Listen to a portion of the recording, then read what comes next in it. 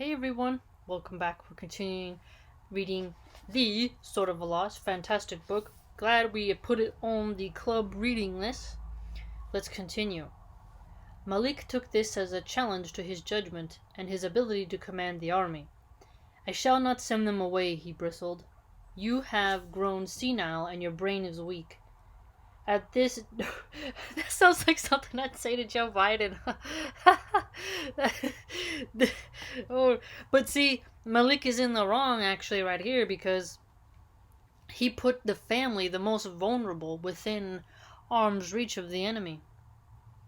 You have grown senile. At this, Jared withdrew from the argument and decided to let Malik have his way. Malik then returned to his officers and said, when you attack as one man. As our attack begins, let all scabbards be broken. This breaking of scabbards was practiced by the Arabs to signify an attitude of suicidal desperation. The scabbards, huh? Breaking the scabbards. Interesting. As it happened, only the Hawazin brought their families and their flocks to the camp. Other tribes did not do so. Well, okay, so they were smart.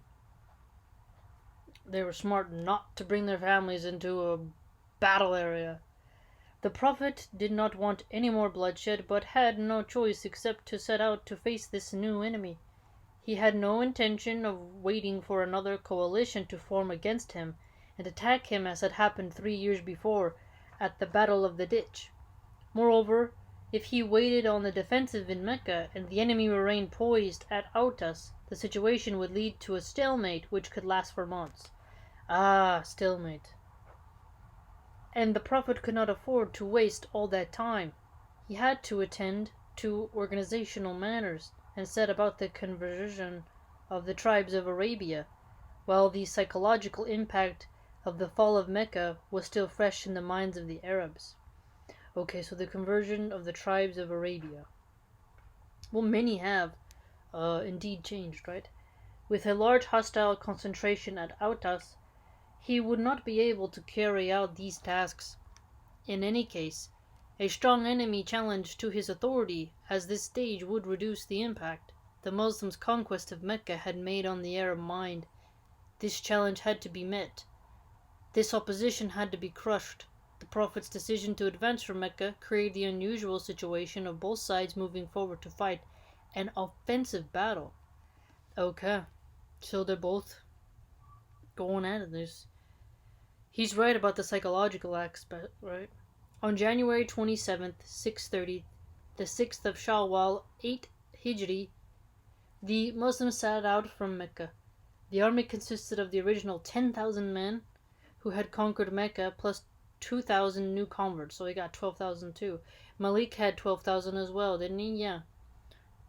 From among the Meccans. Who had the 12,000?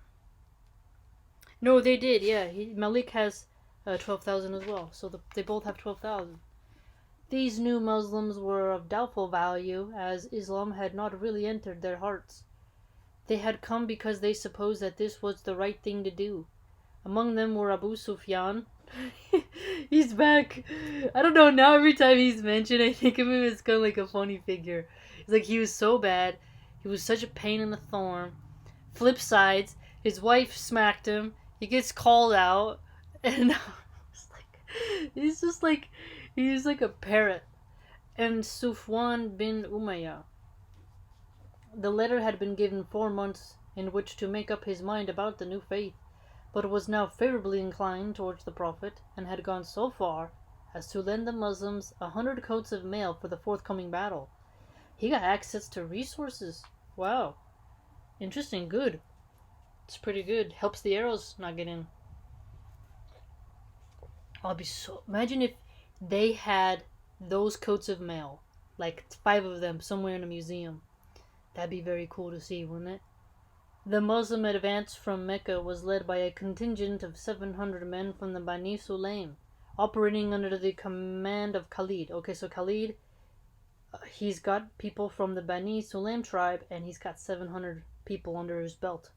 During the evening of January 31st, the Muslims arrived in the valley of Hunain and established their camp. Hunain is a valley running from Sharai ul Mujahid, New, which is 11 miles east northeast of Mecca, east northeast. That's it. To Sharia Nakhla Old, which is 7 miles further east. The valley continues eastwards for 7 miles, then turns north towards Zima. None of these places were then in existence. Between the Sharais, the valley is quite wide, about 2 miles in most places, but beyond the old Shari, it narrows down between a quarter and a half of a mile, and it approaches Zima. It gets narrower still. So, wow. Very detailed. It is this second portion of Hunain Valley which is a defile, and the defile is the narrowest near Zima. Ooh, boy. So truly narrow. And the narrowest. Look at that. The Hunain Valley. Beyond Zima, the Taif route winds into the Wadi Naklat ul Yamaniya. Ooh, boy. Dang. While the Muslims were moving towards Hunain, each side had sent out agents to get information about the other side. Both sides were well informed of opposing strengths, locations, and movements. I mean, they are local to the area. An agent sent by the Prophet mixed with the Hawazin at Autas got to know the exact strength of the coalition and slipped out unseen to give this information to the Prophet. Oh snap, he got an undercover in there, scope out what's their strength. They didn't even notice. When he gave his report, Umar was also present, and for some reason did not believe the intelligence conveyed by the agent. Wonder why. He called the agent a liar, whereupon the agent replied, "If you call me a liar, you call the truth falsehood, and you had called a liar one who is better than me." The man was alluding to the time when Umar, before his conversion, was a violent enemy of the Prophet. Ooh. Like, you ever remember those classical parts in movies where someone goes like, "You calling me a liar?" Say, "I'm calling you a liar if the boot fits." And then someone gets punched in the face.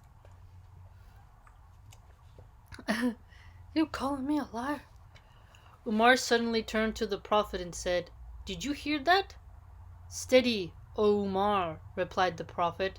"You were once misguided, and Allah showed you the way." Umar said no more. So at least he calmed them both down. Chill out, each other. As the Muslims arrived at their new camp in the Hunain Valley, news of their arrival was conveyed to Malik bin Auf. By his agents. He guessed that the Muslims would know that his army was at Autas, and he would expect to fight him at or near Autas. And he put into effect his plan to outwit the Muslims. Well, I wonder what his plans are going to be. Let's see. It was part of his plan was to ridiculously put the livestock and the children behind the soldiers, within vision.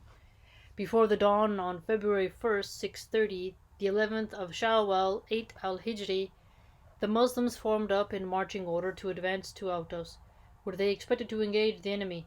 It was their intention to get through the defile of Hunain before the enemy came to know of their movement.